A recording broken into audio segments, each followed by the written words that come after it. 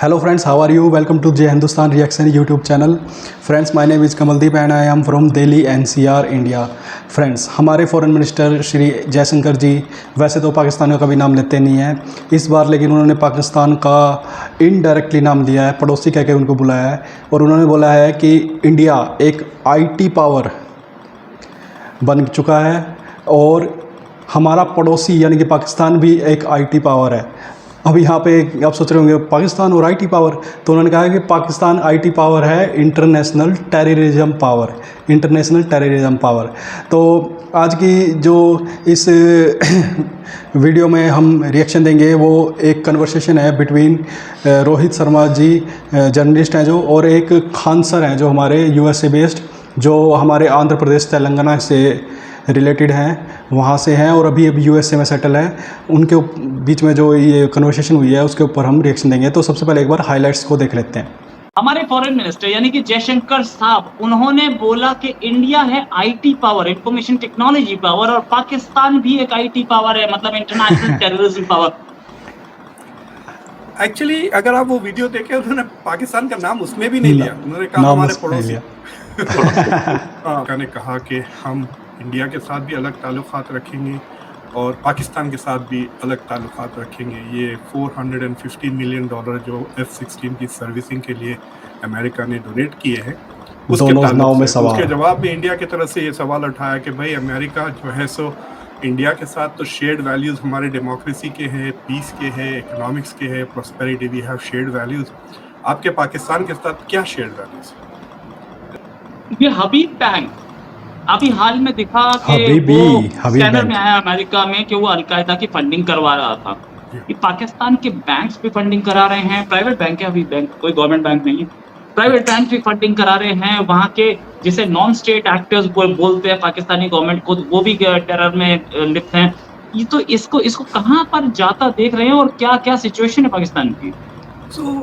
तो पहले let's understand कि हुआ क्या है हबीब बैंक के साथ। Habib bank is a private bank, वो पाकिस्तान का सबसे बड़ा बैंक है and at least in Pakistan it is the most respectable bank. और बीच में चंद सालों के लिए इट वाज नेशनलाइज, बट उसको फिर दोबारा आई थिंक 2003 या 2001 में उसको प्राइवेटाइज कर देगा। तो फ्रेंड्स, आपने हाइलाइट्स देखी कि जयशंकर जी ने बोला है कि इंडिया आईटी पावर है और पाकिस्तान भी आईटी पावर है, लेकिन वो आईटी का मतलब है इंटरनेशनल टेररिज्म पावर। ठीक है, अच्छा चलिए, ये तो चलो बात होगी जो बात होगी। अब मेन मुद्दे की बात ये है कि पाकिस्तान का एक बैंक है और उस बहुत ही बड़ा बैंक है वो, यानी कि बिगेस्ट बैंक ऑफ पाकिस्तान है वो, यानी कि काफ़ी लार्जेस्ट बैंक इन पाकिस्तान है, प्राइवेट बैंक है वहाँ का, और उस बैंक का नाम है हबीबी बैंक है, पता नहीं हबीब बैंक है, वो बैंक है। और वो बैंक जो है वहाँ पे अलकायदा और वहाँ का टेरर मतलब फंडिंग करता हुआ पाया गया है, मतलब वो वहाँ पे टेरर फंडिंग करता है। तो और ये जो मतलब जांच की गई है वो यूएसए ने, अमेरिका ने जांच की है और उस जांच में पाया गया है कि जो ये हबीब बैंक है ये टेररिज्म को फंडिंग कर रहा था। और मतलब आप सोच के देखिए कि वहाँ का एक बहुत ही बड़ा रेपुटेड बैंक, जैसे हमारे यहाँ पे HDFC बैंक है या ICICI बैंक है, मतलब बहुत बड़े बैंक है जो हमारे इंडिया के। HDFC तो बहुत ही बड़ा बैंक है हमारे इंडिया का। तो इस हिसाब से वहाँ का एक प्राइवेट बैंक था हबीब बैंक, और वह बैंक मतलब इस चीज़ में लिप्त था। तो आज की वीडियो मतलब इसके ऊपर है। चलिए एक बार देख लेते हैं आज की वीडियो का, फिर हम इस पे आते हैं। तो लेट्स सी द वीडियो। हमारे फॉरेन मिनिस्टर यानी कि जयशंकर साहब, उन्होंने बोला कि इंडिया है IT power, information technology power, और पाकिस्तान भी एक आईटी पावर है, मतलब इंटरनेशनल टेररिज्म पावर। ये जो दो उन्होंने आईटी बताए, इस आईटी को इंटरनेशनल लेवल पे कैसे देखा जाता है, खासतौर से पाकिस्तान के आईटी को, उसी में बात डॉक्टर, पहली चीज के क्या सिचुएशन है पाकिस्तान की, ये जो इंडिया के और हमारे जो फॉरेन मिनिस्टर ने बहुत दिन बाद पाकिस्तान का नाम लिया, अदरवाइज वो आजकल पाकिस्तान का नाम लेते नहीं है। उन्होंने बोला कि इंटरनेशनल टेररिज्म पावर है। तो क्या पूरी वर्ल्ड को हम लोग बता रहे हैं, और साथ में उन्होंने ऐसी बात पाकिस्तान का नाम क्यों लिया? एक्चुअली अगर आप वो वीडियो देखें, उन्होंने पाकिस्तान का नाम उसमें भी नहीं लिया, उसमें भी नहीं लिया, पड़ोसी हमारे पड़ोसी का जिक्र किया। तो मुझे लगता है कि जो जिस तरह से UN की मीटिंग गई है उससे बहुत अभी भी बहुत नाराज़ है जयशंकर। सो 3-4 चीज़ें हुई हैं यूएन की मीटिंग के बाद। दोनों जयशंकर भी यहाँ पे काफ़ी दिन तक रुके रहे। कई मीटिंग्स की, पेंटागन को विज़िट किया उन्होंने, फिर उसके बाद ब्लिंकन के साथ मीटिंग भी की और काफ़ी बड़ी प्रेस कॉन्फ्रेंस भी की। लेकिन इन दौरान America was also hosting Bilawal Bhutto Zardari, जो पाकिस्तान के फॉरेन मिनिस्टर हैं, उनके भी मीटिंग्स हुई ब्लिंकन के साथ। दोनों नाव में और सवार। फिर यहाँ यूएस हिस्ट्री ऑफ पीस में भी पाकिस्तान के फॉरेन, तो they were, it was appearing as if America दोनों को बैलेंस कर रहा है। तो आई हैव अ फीलिंग कि that has irritated Indian ministry of foreign affairs खासतौर से, और होना भी चाहिए कि आप हम दोनों को साथ साथ किस तरह ट्रीट कर रहे हैं। बिल्कुल सही। एक इंडियन कमेंटेटर की तरफ से एक बहुत ही इंटरेस्टिंग सवाल उठा कि जब अमेरिका ने कहा कि हम इंडिया के साथ भी अलग ताल्लुकात रखेंगे और पाकिस्तान के साथ भी अलग ताल्लुकात रखेंगे। ये $450 मिलियन जो F-16 की सर्विसिंग के लिए अमेरिका ने डोनेट किए हैं, उसके ताल्लुक से। तो उसके जवाब में इंडिया की तरफ से ये सवाल उठाया कि भाई अमेरिका जो है सो इंडिया के साथ तो शेयर्ड वैल्यूज़ हमारे डेमोक्रेसी के हैं, पीस के हैं, इकोनॉमिक्स के हैं, prosperity, we have shared values. आपके पाकिस्तान के साथ क्या शेयर्ड वैल्यूज़? बहुत ही अच्छा सवाल था, that is a very strong सवाल। तो मुझे लगता है कि ये जो सडन डेवलपमेंट हुआ है जिसमें अमेरिका, जब से इमरान खान गए हैं, अमेरिका की policy towards Pakistan slightly become more moderate कह सकते हैं। और अब मेरे ख्याल से आज या कल जनरल बाजवा भी टूर कर रहे हैं वाशिंगटन का, he is going to be meeting at least the defence secretary, Pentagon वगैरह। तो मुझे लगता है कि उसके इस वजह से इंडिया के मिनिस्ट्री ऑफ फॉरेन अफेयर्स की तरफ से, जयशंकर की तरफ से एक रिमाइंडर आ रहा है इंटरनेशनल कम्युनिटी को कि पाकिस्तान को भूलिए मत। Yes, they are suffering from floods, they deserve our mercy. हमारी उनके जो सिटीजन्स हैं जिन पे फ्लड्स आ चुके हैं, वो हकदार है हमारी मदद के। लेकिन ये मत भूलना कि पाकिस्तान का बहुत बड़ा हाथ है पाकिस्तान को भूलना मत। टेररिज्म में। बिन लादेन भी अब्बाटाबाद में पैदा हुए, पकड़े गए थे, मारे गए थे। I mean, it is so unbelievable. It is like saying कि पेंटागन से 25 मील दूर पे आपको टेररिस्ट का अड्डा है। इतना करीब थे वो पाकिस्तान के मिलिट्री हेडक्वार्टर्स के। तो ना सिर्फ वो, और अभी जवाहिरी भी मारे गए अफगानिस्तान में। सो ये एक रिमाइंडर है जयशंकर की तरफ से कि दो चीज़ें हैं। एक तो Pakistan has a history of international terrorism जो हमको नहीं भूलना चाहिए, नंबर 1। नंबर 2 कि ये एक्टिविटीज़ अभी ख़त्म नहीं हुए हैं। अगर आप वो क्या नाम है वो मौलाना मसूद अजहर जो है, उसके ताल्लुक से अगर आप देखें, समरकंद में तो काफ़ी डिस्कशन हुआ था ना कि will Pakistan hand him over. उन्होंने कहा वो अफगानिस्तान ने कहा यहाँ पर नहीं है वो। सो कि जो क्वेश्चन मार्क्स है about Pakistan continuing support to terrorism, वो सवाल जयशंकर याद दिलाना चाह रहे हैं कि दोज क्वेश्चंस रिमेन। और it is a very strategic discussion, क्योंकि शायद इस महीने फिर से रिव्यू होगा पाकिस्तान का स्टेटस एज एन FATF में जो ग्रे लिस्ट है। तो बाद लोगों का कहना है कि इस महीने होगा प्रोवाइडेड द पेपर वर्क और डिटेल्स और रिसर्च जिसकी वजह से they might get of the FATF list. लेकिन पिछले 2 दिन में ऐसे नए डेवलपमेंट्स हुए हैं which is making Pakistan very nervous कि it might still remain on the FATF list. तो इस वजह ये हबीब बैंक अभी हाल में दिखा कि वो स्कैनर में आया अमेरिका में कि वो अलकायदा की फंडिंग करवा रहा था। कि पाकिस्तान के बैंक्स भी फंडिंग करा रहे हैं, प्राइवेट बैंक है, अभी प्राइवेट बैंक भी फंडिंग करवा रहे हैं, प्राइवेट बैंक भी फंडिंग करा रहे हैं। वहाँ के जिसे नॉन स्टेट एक्टर्स बोलते हैं पाकिस्तानी गवर्नमेंट, वो भी टेरर में लिप्त हैं। ये तो इसको कहाँ पर जाता देख रहे हैं और क्या सिचुएशन है पाकिस्तान की? तो पहले लेट्स अंडरस्टैंड कि हुआ क्या है हबीब बैंक के साथ। Habib bank is a private bank, वो पाकिस्तान का सबसे बड़ा बैंक है, and at least in Pakistan it is the most respectable bank. और बीच में चंद सालों के लिए इट वाज नेशनलाइज्ड, बट उसको फिर दोबारा आई थिंक 2003 या 2001 में उसको प्राइवेटाइज कर दिया। पहले नेशनलाइज्ड था। और ये जो केस हबीब बैंक के खिलाफ है, it is not a case by any government, यानी कोई टेररिस्ट रिसर्च स्टडी करने वाली इंस्टीट्यूशन या पुलिस, न्यूयॉर्क की पुलिस या अमेरिका की FBI ने ये केस दाखिल नहीं किया। ये केस उनके तरफ से सिविल सूट है जो विक्टिम्स है of al-Qaeda and ISIS terrorism between the years 2010 and okay 2019। तो ये 10 साल में कुछ 340 लोग तेरे अफगानिस्तान में मारे गए टेररिज्म की वजह से, और वो 340 स्पेसिफिकली क्लेम कर रहे हैं कि हबीब बैंक ने आप इन ऑर्गेनाइजेशंस की मदद की। इसलिए बेसिकली अमेरिका ने एक लॉ पास किया था कॉल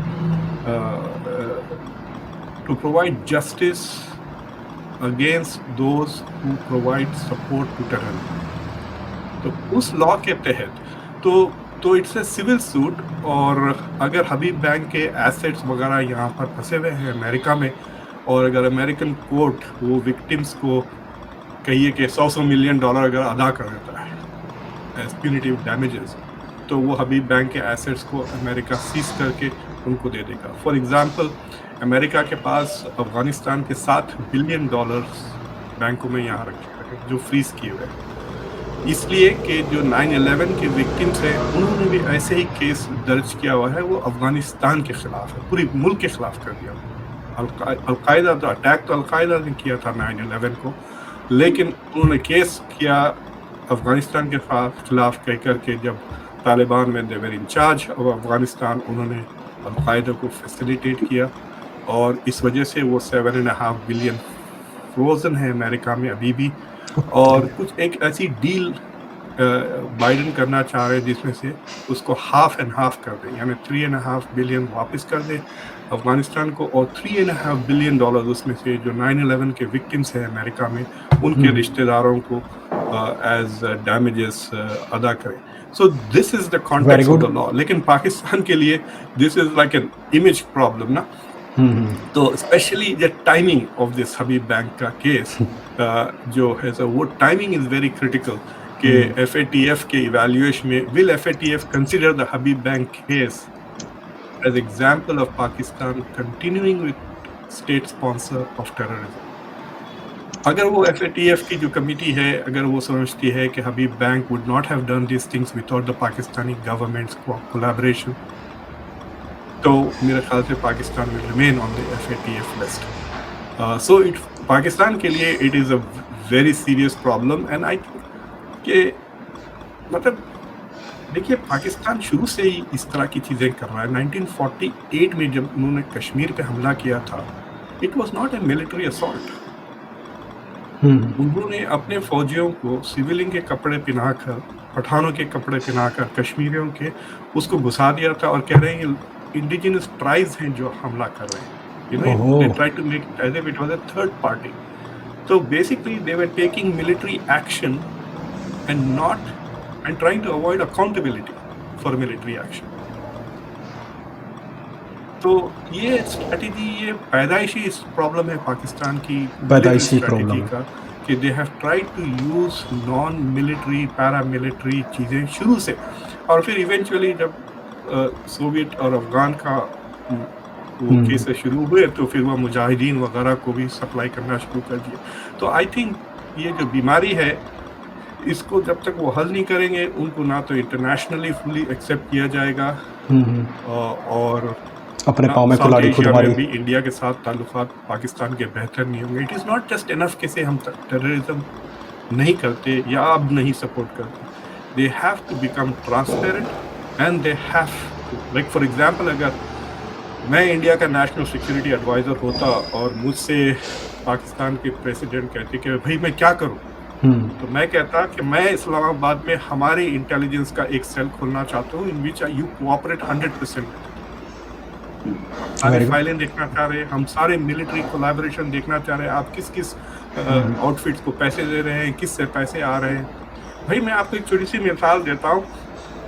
मैं अभी एक यूट्यूब चैनल देख रहा था, इंडियन चैनल था, लेकिन दे वर कोलैबोरेटिंग या कोई पाकिस्तानी यूट्यूब चैनल से। वो बंदा रोड पे जाके लोगों से सवाल पूछ रहा था अबाउट इंडिया के बारे में, इंडिया की पब्लिक ओपिनियन पोलिंग की तरह। लेकिन अगर आप कोई यूट्यूब वाले को कहिए कि आप थोड़े मस्जिदों में जाके फिरे, you will be very surprise, वहाँ डब्बे रखे हुए होते हैं लश्कर तैयबा वगैरह के लिए। तो आप डब्बे जाते रखे जाते होते हैं। पर डब्बे यू कैन पुट, जैसा हमारी मस्जिद में 2 दिन पहले फ्राइडे था, मैं नमाज के लिए गया तो वहाँ 3 डब्बे थे, मस्जिद के ऑपरेशंस के अलग डोनेशन, गरीबों के लिए अलग डोनेशंस और ज़कात के लिए अलग डोनेशंस के डब्बे, because they are treated differently, they go different process. तो वहाँ पे वो डिफरेंट ऑर्गेनाइजेशंस के लिए भी डब्बे रखे हुए थे। So the civil society is also supporting terrorism. Civil society सिर्फ आल्सो गवर्नमेंट की सपोर्टिंग। बात नहीं है, बिकॉज़ कल्चर में एक्सेप्टेबल हो गया है। बिल्कुल This बिल्कुल has become an acceptable thing. So Pakistan acceptable will have thing. to re-educate its own population by saying कि इस तरह की activities neither are Islamic nor in concert with international law, और इसका नुकसान हमको ही ज़्यादा, जितने ज़्यादा लोग मेरे ख्याल से पाकिस्तान में मारे गए बाय टेररिस्ट कहीं दुनिया में नहीं मारे गए। मस्जिदों में इन्होंने, तालिबान ने, आईसिस ने, अगर आपको याद होगा 5 या 7 पहले they used to blow up Friday में मॉस्क। कहीं दुनिया में कभी देखा है आपने फ्राइडे में जाके जुमा के नमाज में आके सुसाइड बॉम्बर्स एक्सप्लोड कर रहे हैं, जो ये एफपैक रीजन में हुआ। सो दे हैव ऑलरेडी सफर्ड अपने ही अपने को मार रहे हैं। Negative consequences of their own actions, लेकिन उसके बावजूद दे आर नॉट। एंड उसकी सिर्फ एक ही वजह है, और वो वजह ये है कि पॉलिटिकल एम्बिशंस और पॉलिटिकल कैपेबिलिटी में बहुत गैप है। तो वो जो चाहते हैं अचीव करना, उनके पास वो काबिलियत नहीं है। तो वो जो मिलिट्री गैप है विद रिस्पेक्ट टू से इंडिया, अगर वो कश्मीर हासिल करना चाह रहे हैं, उनके पास वो मिलिट्री ताकत नहीं है कि वो आए, जंग करे और कश्मीर को ले ले। तो वो जो गैप है कैपेबिलिटीज की, they are trying to bridge it with terrorism. बिल्कुल सही। तो अभी हाल तो फ्रेंड्स, जैसे कि आपने देखा कि पाकिस्तान खुद तो करता ही था। पाकिस्तान का एक सबसे बड़ा बैंक जो है वो सामने आया है, वो हबीब बैंक है सॉरी, जो कि पहले खान सर बोल रहे हैं कि पहले वो नेशनलाइज बैंक था, यानी वहाँ का एक राष्ट्रीय बैंक था, खुद पाकिस्तान का बैंक था। फिर उन्होंने क्या करा, उसको प्राइवेट कर दिया, और वो इस टेरर फंडिंग में लिप्त पाया गया है। जो ये अलकायदा वगैरह को टेरर फंडिंग करते हैं, उनको पैसा देते हैं, उसमें पूरी तरह से लिप्त है। और वहाँ उनकी वजह से जो विक्टिम जो थे, मतलब जो वो टेररिस्ट के द्वारा जो विक्टिम 340 जो लोग थे वो शिकार हुए थे, विक्टिम थे, उन्होंने मतलब सिविल सूट एक वहाँ पे दायर किया है कि ये बैंक जो था इसने गड़बड़ करी है, और इसके ख़िलाफ़ उन्होंने मतलब सिविल सूट यानी कि क्या बोलते हैं मुकदमा दायर किया है अमेरिका के अंदर। तो अमेरिका ने जब इसको क्रॉस चेक किया है तो वहाँ पाया गया कि हबीब बैंक जो है वो पाकिस्तान का जो एक सबसे बड़ा प्राइवेट बैंक है, वो टेरर फंडिंग करता था अलकायदा और इनकी, और रेगुलरली कर रहा था। तो अब न्यूज़ यही है कि जैसे खान सर बता रहे हैं कि जो अफ़गानिस्तान के अंदर $7,000 जो है अमेरिका ने फ्रीज कर रखे हैं, तो उसमें से शायद वो कुछ हिस्सा 1/4 हिस्सा जो है वो इन विक्टिम्स को दे देंगे, और कुछ हिस्सा वो जो ट्विन टावर में के ब्लास्ट में जो लोग मारे गए थे उनको दे देंगे, और इस तरह से मतलब वो डिस्ट्रीब्यूट कर देंगे। तो अब सबसे बड़ी पाकिस्तान के लिए अड़चन ये हो गई है कि शायद इस महीने के लास्ट में या इस महीने के लास्ट में वहाँ पे FATF की ग्रे लिस्ट है जो पाकिस्तान को बाहर निकालना है, तो उसकी जो मतलब वो उसकी जांच पड़ताल है, उसके अंदर जो पेपर वर्क है वो पाकिस्तान ने पूरा कर दिया है, यानी कि उन्हें दिखा दिया कि हमारे यहाँ पे कोई टेररिस्ट नहीं है, फलाना ढिमकाना, हमारे यहाँ पे कुछ नहीं है। लेकिन अब ये यहाँ पे जो ये हबीब बैंक का जो केस हो गया है, ये पाकिस्तान के लिए एक पेच अड़ गया है, क्योंकि वो जो जांच एजेंसियाँ होंगी जो ये जांच करेंगे कि FATF से निकाला जाए या बाहर नहीं निकाला जाए, तो वो अब इसको भी पूरी तरह से जांच पड़ताल करेंगे कि ये बैंक की किस तरह से इन्होंने फंडिंग की, और बैंक अगर उसमें काबू आ जाएगा तो सीधी सी बात है कि ये माना जाएगा कि खुद मतलब ये गवर्नमेंट, पाकिस्तानी गवर्नमेंट की तरफ से ही फंडिंग हुई है। ठीक है। अच्छा, दूसरा तो हमारे जयशंकर जो जी हैं, जो हमारे फॉरेन मिनिस्टर, उन्होंने बिल्कुल सही कहा कि इंडिया IT हब बन गया है, IT पावर बन गया है, और दूसरी तरफ से हमारा जो पड़ोसी मुल्क है वो भी IT पावर बना है, लेकिन वो इंटरनेशनल टेररिज्म पावर बन गया है कि वहाँ के बैंक भी, बड़े बड़े बैंक भी बताओ इस तरह की टेरर फंडिंग में लिप्त हैं। दूसरा उन्होंने बताया कि जो इंडिया और पाकिस्तान की पावर का जो वो है, वो इतना इम्बैलेंस हो गया है कि पाकिस्तान जो है वो उसके बस की नहीं है कि वो इंडिया पे स्ट्राइक करके, हमला करके कश्मीर को ले सके। तो इस वजह से वो वहाँ पे टेरर फंडिंग करता है।